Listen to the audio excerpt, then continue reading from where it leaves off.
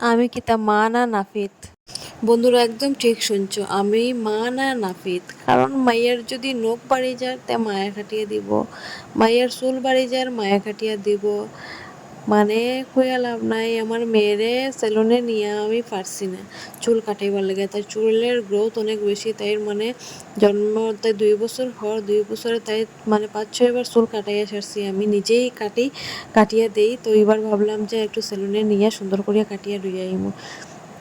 না, আমার মেয়ে সেলুনে কাটতো না, তাই মা ছাড়া কিচ্ছু বুঝে না। তো মায়েও আমি দিলাম তাইরে চুল কাটিয়া। তাই অ্যাকচুয়ালি তাই এখন একটু বড় হয়েছে তো খুব বেশি বুঝে। তাই কেচিটা যখন আমি চালাইলাম তখন তাই খালি মাথা এদিকে ওদিকে পড়ে, তো চুলের শেপটা তাই একটু বিগড়িয়ে গেছে। তাও আমার মেয়ে বহুত কিউট, আমার মেয়েরে বহুত মায়া লাগে দেখতে।